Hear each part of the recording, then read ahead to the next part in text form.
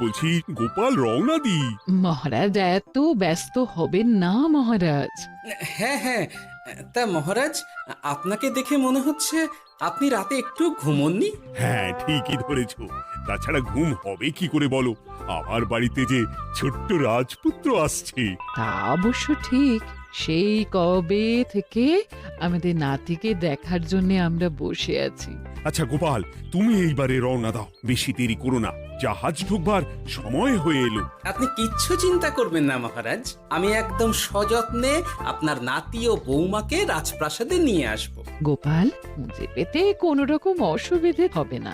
মনে আছে রানীমা? এখন তাহলে আসি।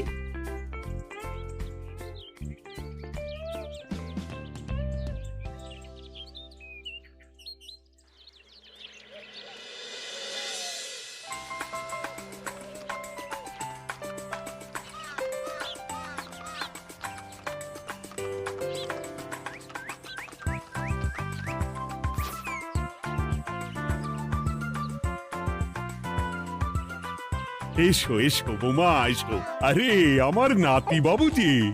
বৌমা, পথে আসতে কোনো কষ্ট হয়নি তো? এইটুকু পথ আসতে কোনো রকম কষ্ট হয়নি মা। গোপাল কাকা এত ভালো যে কি বলবো। যাক যাক, গোপাল তাহলে আরো একবার আমার মান রাখলো। যতদিন গোপালের ধরে থাকবে তার প্রাণ, সে ততদিন মহারাজের রাখবে যে মান। হ্যাঁ মহারাজ, আমি থাকতে আপনি একদম চিন্তা করবেন না মহারাজ। বেশ বেশ বেশ। আমি তাহলে এখন আসি, কেমন? আরে আরে, কোথায় যাচ্ছ গোপাল? একেবারে মধ্যাহ্ন ভোজনটাও সেরে যাও। ও, ভোজনের ব্যবস্থা আছে? তাহলে তো থাকতেই হবে। ওই ভোজনের কথা শুনেই গোপালের জিভের ওজন বেড়ে গেল। তুমি থামো তো মন্ত্রী, আসলে আজ বিকেলেই আমাদের কুল গুরুদেব আসছেন, তোমরা সবাই থেকো, আজকেই নাতি বাবুর অন্নপ্রাশনের দিনটা স্থির করে নেব। এ তো বেশ ভালো কথা। বেশ তাহলে, বেশ ভালোই হলো। রোজ বাড়িতে খেতে খেতে জিভে একেবারে চড় পড়ে গিয়েছিল। বহুদিন পরে রাজবাড়ির পোলাও কোরমা খেয়ে পেট ভরাবো।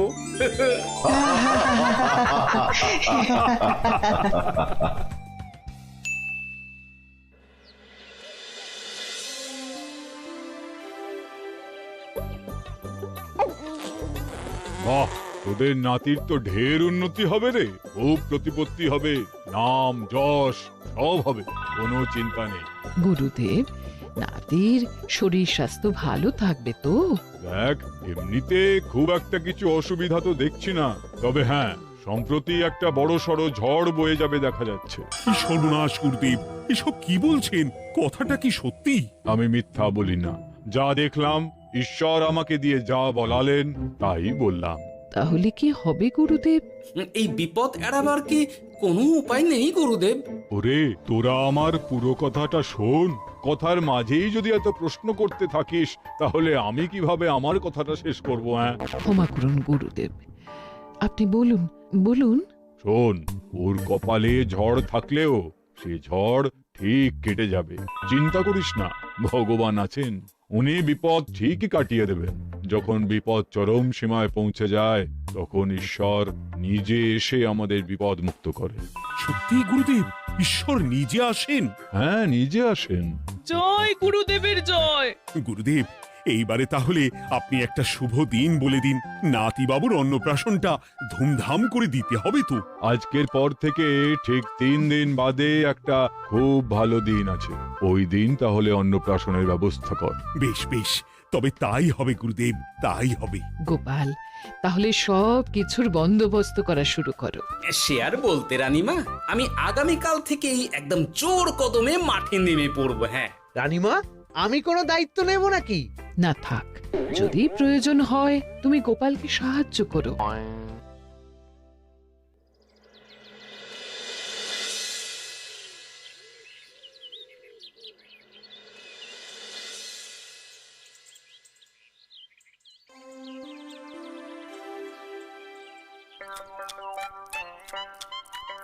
অপূর্ব হয়েছে রান্নাগুলো। সুযোগ পেয়েছে, একেবারে 3 দিনের খাওয়া খেয়ে নিচ্ছে। সুযোগ কি কেউ ছাড়ে মন্ত্রী মশাই? এই আপনি বলুন না, যখনই সুযোগ পান কোষাগার থেকে একেবারে থলি ভরে ভরে মোহর সরিয়ে। থাক, মুখ বন্ধ করো, আমার ঘাট হয়েছে বলাটা। তুমি বাবু মন প্রাণ ভরে খাও, কেমন? মহারাজ, এই রকম একটা খুশির দিনেও আপনার মুখে হাসি নেই কেন? আসলে নাতিবাবু তো আর 2-1 দিন পরেই চলে যাবে, সেই কারণেই মনটা বড্ড ভারাক্রান্ত হয়ে রয়েছে। তা তো ঠিকই, আমাদের ছেলেটা আসতে পারল না, যাও বা নাতি এলো, তাও তো এই কটা দিন কি আনন্দেই না কাটলো। আচ্ছা রানী, আমরা যদি আমাদের কাছে আরো কদিন নাতিবাবুকে রেখে দিই তাহলে কেমন হবে? মানে বৌমাকে তো ফিরতেই হবে, বিদেশে আমাদের খোকার কত কাজ বলো তো। আরে বাবা, বৌমা না হয় ফিরে গেল, নাতিবাবু কদিন আমাদের কাছে থেকে গেলে কি এমন হবে? কিন্তু দেখো না বৌমা, আমাদেরও তো একটু ইচ্ছে হয় নাতিপুতিদের নিয়ে খেলবো, আদর করব, দেখো না। ঠিক আছে ঠিক আছে, আপনাদের কাছে আমার বাবু সোনাকে রাখতে আমার কোনো চিন্তাই নেই। ব্যাস, তাহলে তো মিটেই গেল। মহারাজ, নাতিবাবুকে কদিন এখানেই রেখে দিন, আমরা সবাই আছি, ঠিক কোলে পিঠে করে তাকে সামলে নেব। বাবা বাবা বাবা, গোপাল তোমার সব দিকে কান খোলা থাকে তাই না? মহারাজ, আমি হলাম ভাঁড়, তাই মাটির ভাঁড়ের মুখটা যেমন খোলা থাকে তেমন আমার কানটাও সব সময় খোলা থাকে, বুঝলেন?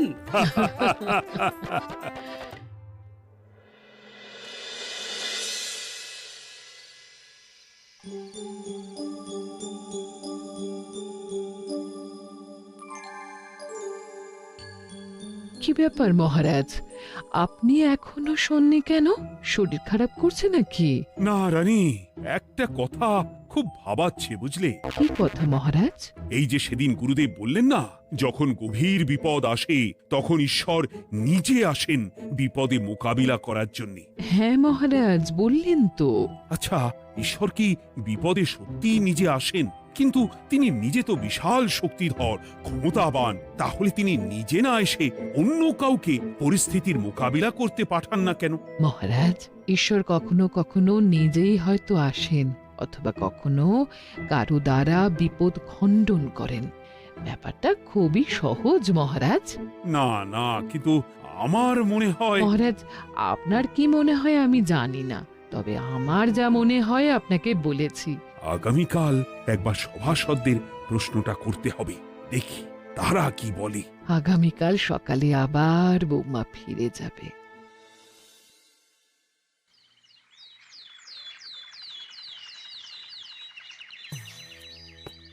আমি তাহলে আসি, আমার সন্তানকে আপনাদের কাছে কদিনের জন্য রেখে গেলাম, ওকে খুব যত্নে সাবধানে রেখে দেবেন, কেমন? তুমি কোনো চিন্তা করো না মা, আমাদের নাতিবাবু একদম দুধে ভাতে থাকবে। কদিন একটু দেশের মাটিটা চিনে নিক, তারপর না হয় আবার বিদেশে পাড়ি দেবে। এই বলো সোনা।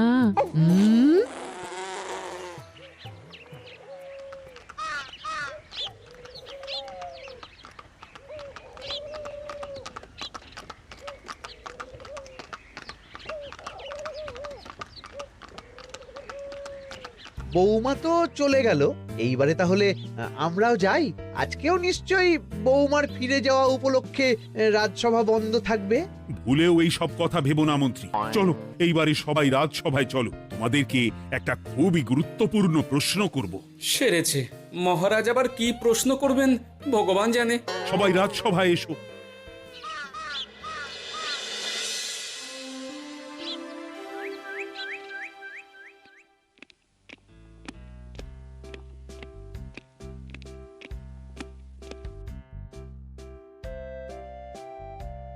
আচ্ছা, তোমরা সকলে বলো তো, ঈশ্বর কি সত্যি বিপদ খণ্ডনে এই ধরাধামে অবতীর্ণ হন? আচ্ছা, তাই যদি হয় তাহলে ঈশ্বর নিজে না এসে তার প্রতিনিধি হিসেবে অন্য কাউকে বিপদ খণ্ডন করতে পাঠান না কেন? হ্যাঁ হ্যাঁ, ঠিকই তো। কেন কেন, ঈশ্বর তো মহাশক্তিধর, উনি চাইলেই যা খুশি তাই করতে পারেন। মহারাজ, আমাদের যেমন ইচ্ছে হলে আমরা খাই দাই ঘুমাই ঘুরে বেড়াই, ঠিক সেই রকম ঈশ্বরেরও ইচ্ছা হয় নিজে নেমে এসে জগতের কল্যাণ করার। না না না, আমি কিন্তু আমার প্রশ্নের যথাযথ উত্তর পেলাম না। এই গোপাল, তুমি কিছু বলো না, একদম মুখে কুলুপ দিয়ে বসে আছো কেন? হ্যাঁ, না মহারাজ, মুখে কুলুপ দিয়ে নেই, আসলে খিদেতে পেটে ছুঁচো দৌড় দিচ্ছে। বেশি কথা বললে খাটনি হবে, আরো খিদে বাড়বে, তাই চুপ করে আছি আর কি। ইস, শুধু খাওয়া আর খাওয়া, সব সময় শুধু খাওয়ার চিন্তা। গোপাল, ছি, লজ্জা করে না? এমন একটা গুরুত্বপূর্ণ সময়ে তুমি আমার প্রশ্নের উত্তর না দিয়ে মনে মনে খাবারের কথা ভাবছো। আসলে মহারাজ, ওই না খেলে যে মাথাটা কাজ করে না, পেটে খিদে মুখে লাজ, এমন করলে তো মগজটাই পুরো ঘেঁটে ঘ হয়ে যাবে মহারাজ। বেটাকে তাড়িয়ে দিন। যাও যাও গোপাল, আমার রাজসভা থেকে এক্ষুনি বিদেয় হও দেখি। যাও যাও, তুমি যাও। যার সব সময় শুধু খাওয়ার চিন্তা, এমন পেটুককে সভায় রেখে আমার কোনো কাজ নেই। কিন্তু মহারাজ, চুপ, একদম চুপ। তুমি যাও গোপাল, যাও। যদি কোনোদিনও উত্তর খুঁজে পাও, তবেই আবার এই সভায় তোমার মুখ দেখিও।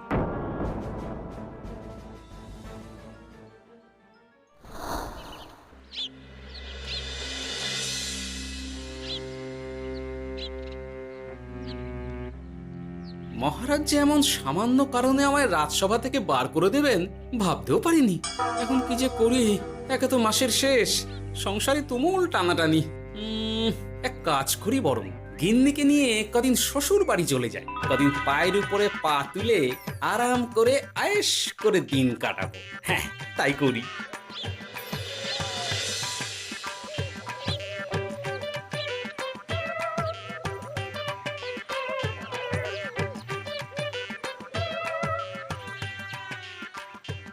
গিন্নি, ও গিন্নি,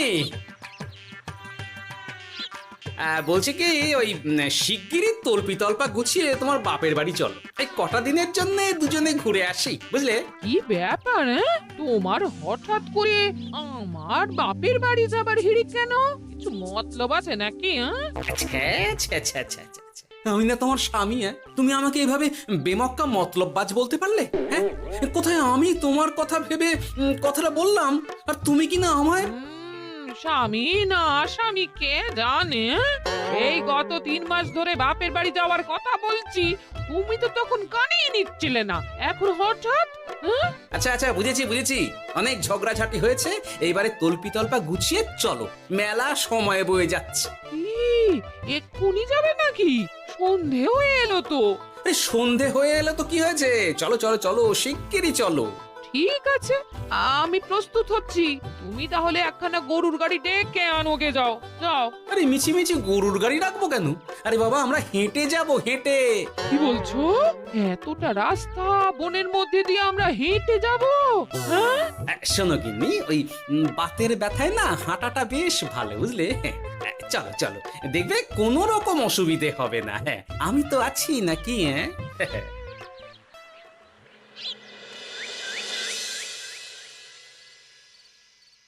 বাবা, হ্যাঁ, বনটা বেশ ঘন।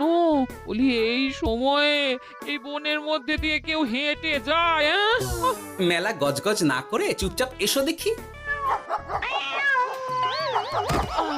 ও মা গো, বাবা গো, বাবা গো, কি লাগাটাই না লাগলো গো। আরে, তোমার থেকে আমার বেশি লেগেছে, যাখানা ধাক্কা মারলে। কি করবো? গিন্নি আমায় ধাক্কা মেরে ফেললো বটে, কিন্তু আজ আমি মহারাজের প্রশ্নের যথাযথ উত্তর পেয়ে গেলাম। বেড়াল ছানাটিকে বাঁচাতে কোনো কিছু না ভেবেই কিভাবে বেড়ালটা ওই বাঘা কুকুরটার দিকে তেড়ে গেল। হ্যাঁ, তার মানে বিপদে পড়লে সন্তানকে বাঁচাতে না, আমাকে এক্ষুনি একবার রাজপ্রাসাদে যেতে হবে, রানীমার সঙ্গে কথা বলতে হবে। আরে আরে আরে আরে, ওদিকে কোথায় চললে গো? ওদিকে তো তোমার শ্বশুর বাড়ি নয়। আরে বাবা, আমার নয়, তোমার শ্বশুর বাড়ির দিকেই আবার যাচ্ছি, বুঝলে? তার মানে আমরা আর যাবো না? না না, পরে যাব, তাড়াতাড়ি এসো দেখিনি। এ কি রে বাবা, লোকটার মাথাটা কি গেছে নাকি? কখন যে কি করছে নিজেরই ঠিক নেই, যত সব।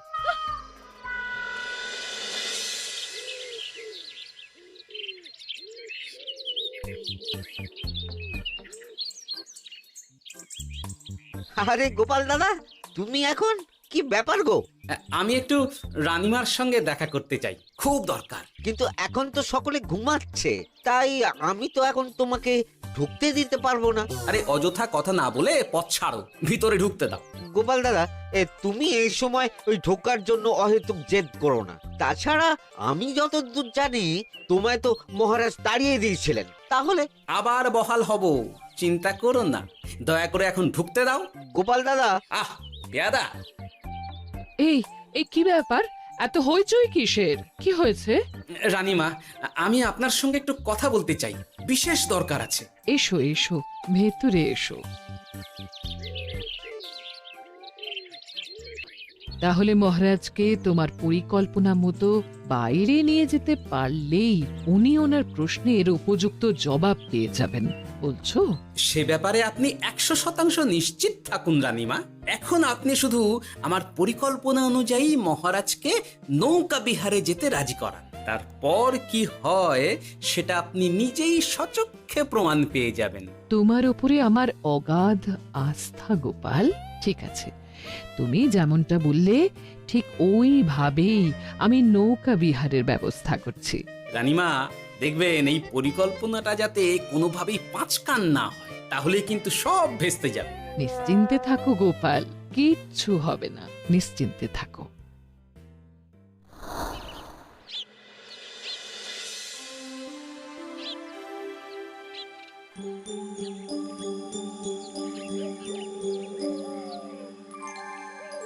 মহারাজ আবার বেজার ভোগ করে গেছেন। কি করব, আমি এখনো যে আমার প্রশ্নের উত্তর খুঁজে পাইনি। এইভাবে আপনি আর কতদিন মুখ ভার করে বসে থাকবেন শুনি? কি জানি, কিছুই আর ভালো লাগে না যে। বলছি শুনুন না মহারাজ, নাতিকে নিয়ে চলুন না, আমরা একটু নৌকা বিহারে যাই, তাহলে ওরও ভালো লাগবে আর আপনার মনটাও বেশ অন্যরকম হবে। ঠিক আছে, তাহলে চলো একটু নৌকা বিহার করে আসি।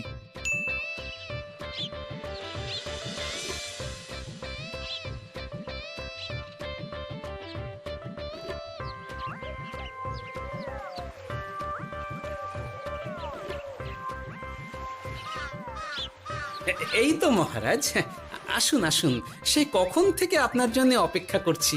এ কি গোপাল, তুমি এখানে? কি ব্যাপার? তোমার সঙ্গে তোমার স্ত্রীও আছেন দেখছি। মহারাজ, কতদিন আপনাকে দেখিনি বলুন তো, তাই আজকে একদম সস্ত্রীক চলে এলাম। চলুন চলুন, সকলে মিলে নৌকো বিহার করে আসি। কিন্তু আমি তো তোমাকে তাড়িয়ে দিয়েছিলাম, তারপরেও তুমি। মহারাজ, অনেক তো হয়েছে, এখন এসব কথা ছেড়ে নৌকোতে টুকুস করে উঠে পড়ুন দেখি। কিন্তু মহারাজ অযথা দেরি করবেন না, চলুন উঠে পড়ুন।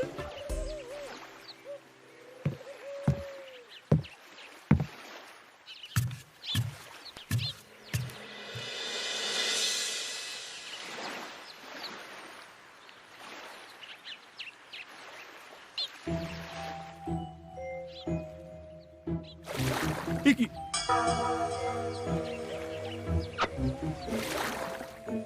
এই নাও,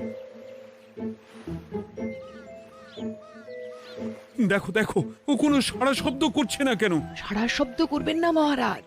মানে এসব কি বলছো? এই পুটুলির ভেতরে তো আপনার নাতি নেই, এখানে নাতির বদলে রয়েছে একখানা খেলার পুতুল। এসব কি বলছো তুমি? এইটা যদি পুতুলি হয় তাহলে আমার নাতি বাবু কোথায়? হ্যাঁ, আপনার নাতি এইখানে একদম সুরক্ষিত অবস্থাতেই আছে। যাক বাবা, আমি যে কি ভয় পেয়ে গেছিলাম তার কি বলবো। কিন্তু রানী, তুমি আমার সঙ্গে হঠাৎ কেন এমন ছলনা করলে? হ্যাঁ, আমার কথাই মহারাজ। কেন? আসলে আমি আপনাকে এই ঘটনার মধ্যে দিয়ে আপনার প্রশ্নের আসল উত্তরখানা দিতে চেয়েছিলাম, তাই। গোপাল, কি বলতে চাইছো একটু খুলে বলো তো। আপনি জানতে চেয়েছিলেন যে ঈশ্বর যেহেতু বিশাল ক্ষমতাধর, তাই সন্তানের বিপদে তিনি নিজে না এসে অন্য কাউকেও তো তার প্রতিনিধি হিসাবে বিপদটা কাটাতে পাঠাতে পারেন। হ্যাঁ, কিন্তু তার সঙ্গে এই ঘটনার কি সম্পর্ক শুনি? মহারাজ, পুতুলটি যখন জলে পড়ে গেল তখন আপনি সেটিকে নিজের নাতি ভেবেই একবারও কারুর জন্য অপেক্ষা না করে, নিজের প্রাণের তোয়াক্কা না করে নাতিবাবুকে রক্ষা করলেন। মহারাজ, আমরা ঈশ্বরের মানব সন্তান, ঈশ্বর আমাদের সকলের হৃদয়ের ভিতরে বসবাস করে, তাই বিপদ হলেই তিনি ছুটে আসেন, কখনো নিজে, আবার কখনো বা কোনরূপ প্রতিনিধি মারফত। তাই ভবিষ্যতে আর কোনোদিনও ঈশ্বর সম্পর্কিত কোনরূপ সংশয় মনে রাখবেন না, কেমন? সাধু সাধু, ধন্য তোমার বুদ্ধি হে গোপাল। সত্যি যেভাবে তুমি একটা ঘটনার মধ্যে দিয়ে আমায় আমার প্রশ্নের উত্তরটা ব্যাখ্যা সমেত, তার কোনো তুলনা হয় না। তোমার যে আর কিভাবে প্রশংসা করব তাই ভাবছি। মহারাজ, আমার আর প্রশংসা না করে ওই পেট পুরে একটু ভালো মন্দ খাওয়ান তো দেখি, তাহলেই হবে, আর কিচ্ছু চাই না। আচ্ছা আচ্ছা, বেশ বেশ, তাই হবে।